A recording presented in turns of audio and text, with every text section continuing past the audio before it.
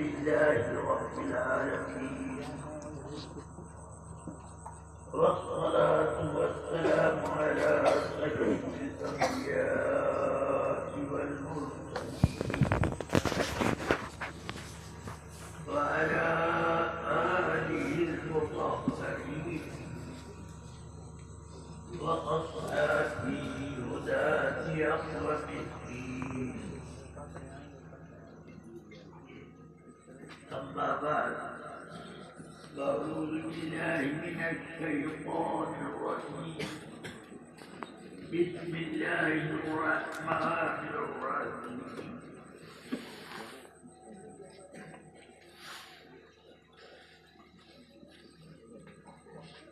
يا أيها الذين آمنوا اتقوا الله وكونوا مع الصادقين صدق الله العلي العظيم وصدق رسوله النبي الكريم. نہایت احترام اور حقیقت کے ساتھ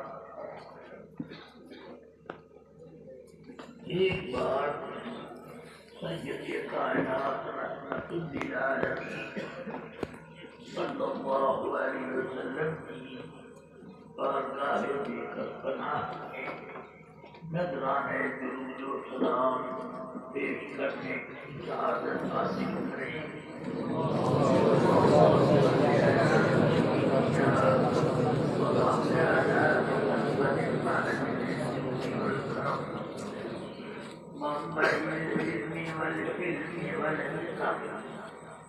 وعلى آله وأصحابه وبارك وسلم.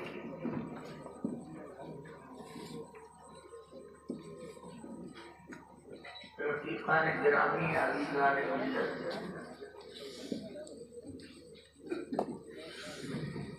اب میری عمر اس قابل نہیں ہے کہ میں تقریر کر سکوں. میری عمر کے لوگ سفر کیا کریں گے؟ وہ کھاٹ پر پناہ لینے ہی سے فرصت نہیں پائے مگر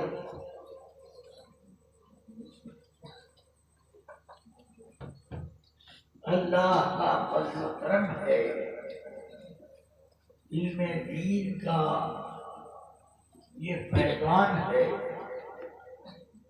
کہ میں 93 سال کی عمر کو پہنچا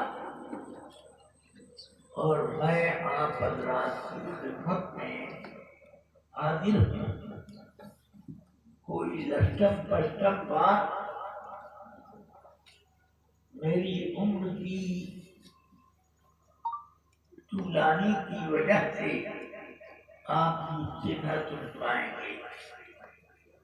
میں وہی باتیں کہتے کہوں گا جو کتاب اور سنت سے ثابت ہے. رفیقان گرامی، عزیزان ملت،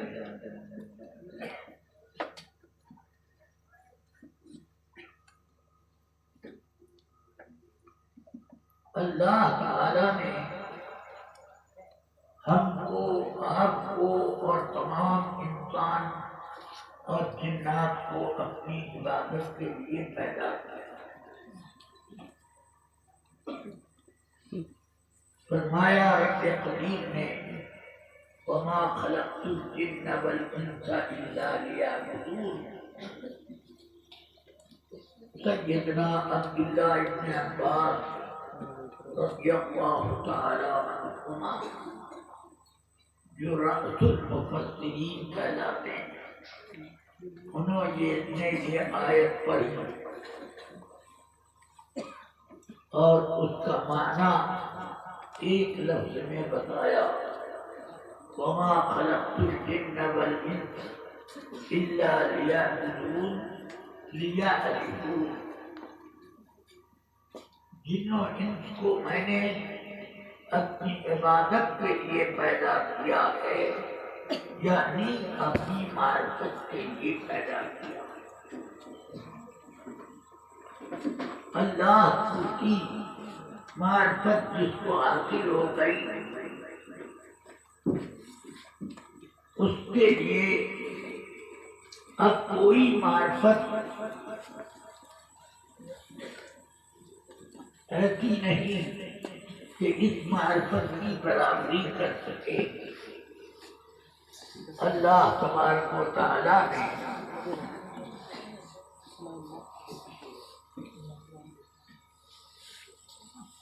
ہم سب کو اس بات سے نوازا ہے کہ ہم اللہ تبارک و تعالیٰ کی معرفت کا کچھ نہ کچھ حصہ رکھتے ہیں۔ جن لوگوں کو معرفت الہی کما حقہ حاصل ہے ان لوگوں کے مرتبے تو بہت بلند ہیں، مگر اب لوگ صرف اس لیے کہ اللہ کی معرفت اتنی ہے کہ وہی اس ساری کائنات کا خالق و مالک ہے اور اسی نے ہم کو پیدا کیا اور سارے عالم کا رزق وہی عطا فرماتا ہے۔ ہمیں بھی پیدا کیا، ہمارا رزق بھی اسی نے پیدا کیا۔ اس لیے ہم سب کو اللہ تبارک و تعالیٰ کی خوب اچھی طرح معرفت رکھنا چاہیے۔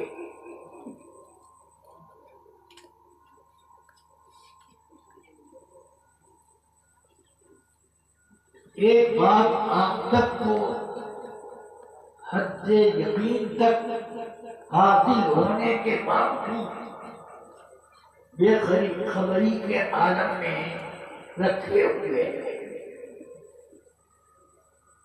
سب کو قبرستان کی زیارت کرنی ہے۔ کیا کوئی ایسا آدمی بھی ہے جو قبر میں نہ جائے؟ قبر کا مطلب آپ یہ نہ سمجھ لیجیے گا کہ مٹی کے نیچے۔ قبر وہ بھی ہے جو آدمی سمندر میں ڈوب کر اسی کی تہ میں رہتا ہے۔ قبر وہ بھی ہے کہ جس آدمی کو مچھلیاں اپنی غذا بنا کر اپنے پیٹ میں رکھتے، وہ بھی قبر ہے۔ قبر صرف کوئی نہیں ہے جو مٹی کی کھودی جاتی ہے، بلکہ مرنے کے بعد آدمی جہاں پہنچے وہ قبر ہے۔ اس لیے یہ سمجھ لیجیے کہ ہر مرنے والے کا امتحان ہوتا ہے۔ کس بات کا؟ ایمان کا امتحان۔ القبر حدیث پاک میں ہے، القبر اول منزل آخرہ، آخرت کی سب سے پہلی منزل قبر ہے۔ فرماتے ہیں میرے آقا، اس لیے اس منزل میں جو کامیاب ہو گیا آگے خوب کامیاب ہو گیا، اور جو اس منزل میں پھنس گیا آگے اور پھنستا چلا جائے گا۔ اس لیے میں اپنے تمام بھائیوں سے یہ کہوں گا کہ قبر کا انتظام پہلے کرو۔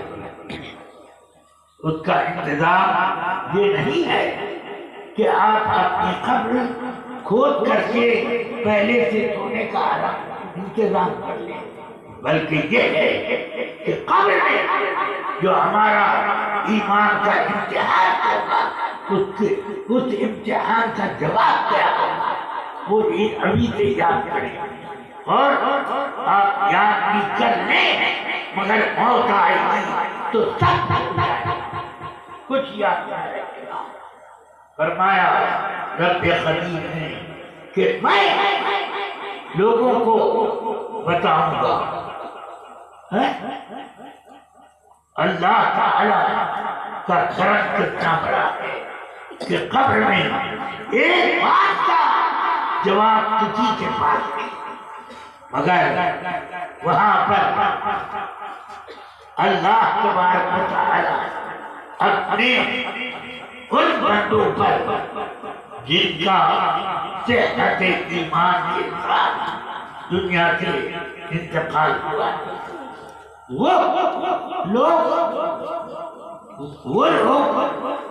وہ ایسے ہیں کہ ان کے ہر سوال کا جواب اللہ تعالیٰ خود لکھ دے گا، خود اللہ تبارک و تعالیٰ نے فرمایا۔ تو اس لیے اب جو جواب دکھائے گا وہ جواب اسی کو یاد ہو سکے گا جو صاحب ایمان ہے۔ رسول اکرم سید عالم صلی اللہ علیہ وسلم ارشاد فرماتے ہیں قبر میں آدمیوں کی آزمائش جو ہوگی اور امتحان جو ہوگا فتنہ مسیح الدجال سے کم نہ ہوگا، اس سے زیادہ۔ اس لیے اس جواب کی تیاری ابھی سے کرو۔ وہ جواب یہ ہے اللہ تعالی کی طرف سے جو فرشتے معمول ہوں گے وہ پوچھیں گے من ربک ما دینک ما تقول فی ھذا الرجل۔ یہ تین سوال تو عام طور سے کتابوں میں موجود ہیں، مگر بخاری شریف میں صرف ایک سوال ہے۔ بولیے کہ سوال یہ ہوگا ما تقول فی ھذا الرجل۔ فرماتے ہیں میرے آقا صلی اللہ علیہ وسلم کہ مسیح دجال آزمائش سے بڑھ کر قبر میں آزمائش ہوگی، اور میری طرف اشارہ کر کے پوچھا جائے گا ما تقول فی ھذا الرجل، اس شخصیت کے بارے میں تمہارا کیا عقیدہ ہے، کیا کہتے ہو، کس بات کے قائل ہو، وہ عقیدہ بتاؤ اس شخصیت کے بارے میں۔ فرماتے ہیں اما المومن او الموقن، مومن یا موقن دونوں میں سے ایک لفظ سرکار نے فرمایا، وہ کہے گا ہوا محمد رسول اللہ جاءنا بالبینات والہدی فآمنا به واتبعناه۔ یقول ثلاثا، یہ تین مرتبہ ایک جواب دے گا۔ سوال ایک کیا، جواب میں اتنی تفصیل کر ڈالی، پوچھا تھا ان کے بارے میں تمہارا، ان کے بارے میں تو کیا کہتے تھے، کیا عقیدہ رکھتے تھے، تو اب وہ اپنا پورا عقیدہ بیان کرنے لگا کہ ہوا محمد صلی اللہ علیہ وسلم، یہ تو سرکار محمد صلی اللہ علیہ وسلم جاءنا بالبینات والہدی، بہت سے معجزات کے ساتھ تشریف لائے اور ہدایت کا خزانہ بھی ساتھ لائے۔ وآمنا به، ہم ان کے اوپر ایمان لائے، واتبعنا، اور ان کی غلامی کی۔ ہوا تین مرتبہ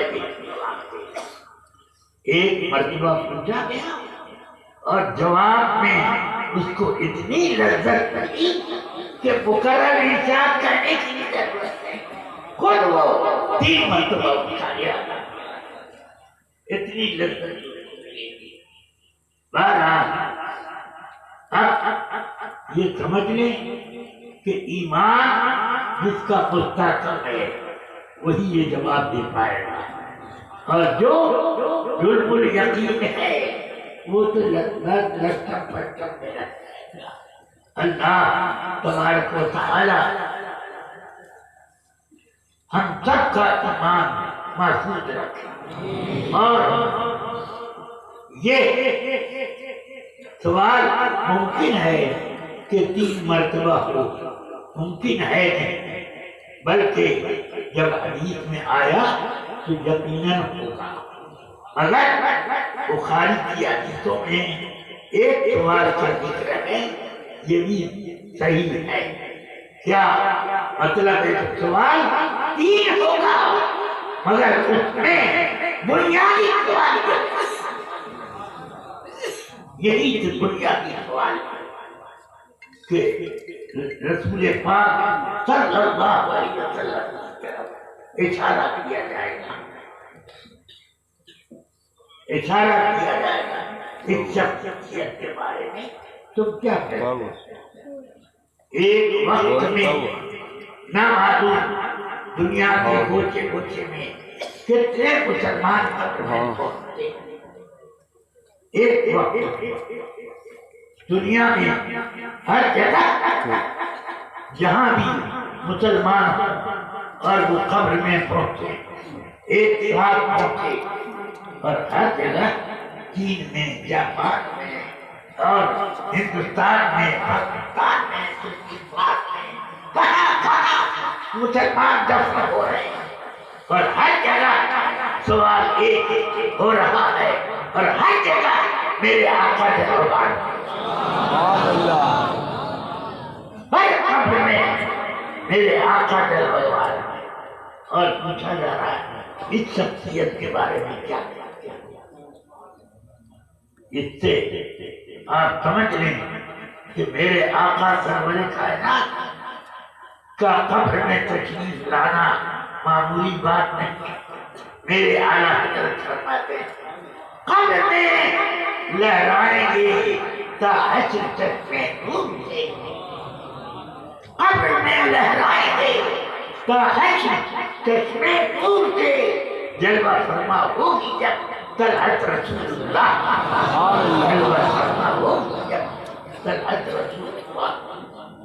میرے آقا سرور کائنات صلی اللہ علیہ وسلم ہم گناہگار سیاہکار غلاموں کی قبر میں جلوہ بار ہوں، کیا رحمت ہے میرے آقا کی۔ ذرا سوچو کتنا بڑا کرم ہے کہ ہم گناہگاروں قبر میں آپ جلوہ بار، سبحان اللہ۔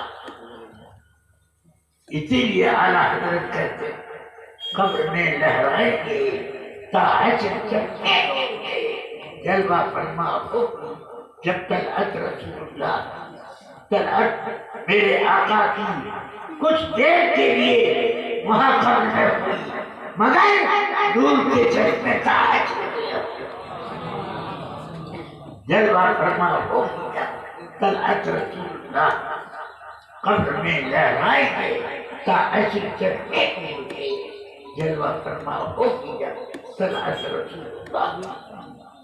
رفیقان ملت، اب میں تقریر کرنے کی عمر میں بھی نہیں تھی، اور تقریر سننے کا بھی کبھی کبھی موقع ملتا ہے، اور آج تو الحمدللہ حضرت جلوہ بارک اب کچھ تقریر حضرت کی سن لیتے، 2 لفظ بھی سن لیتے تو ہماری تقدیر کے پہنچانے کے لیے بہت بڑا سرمایہ، اور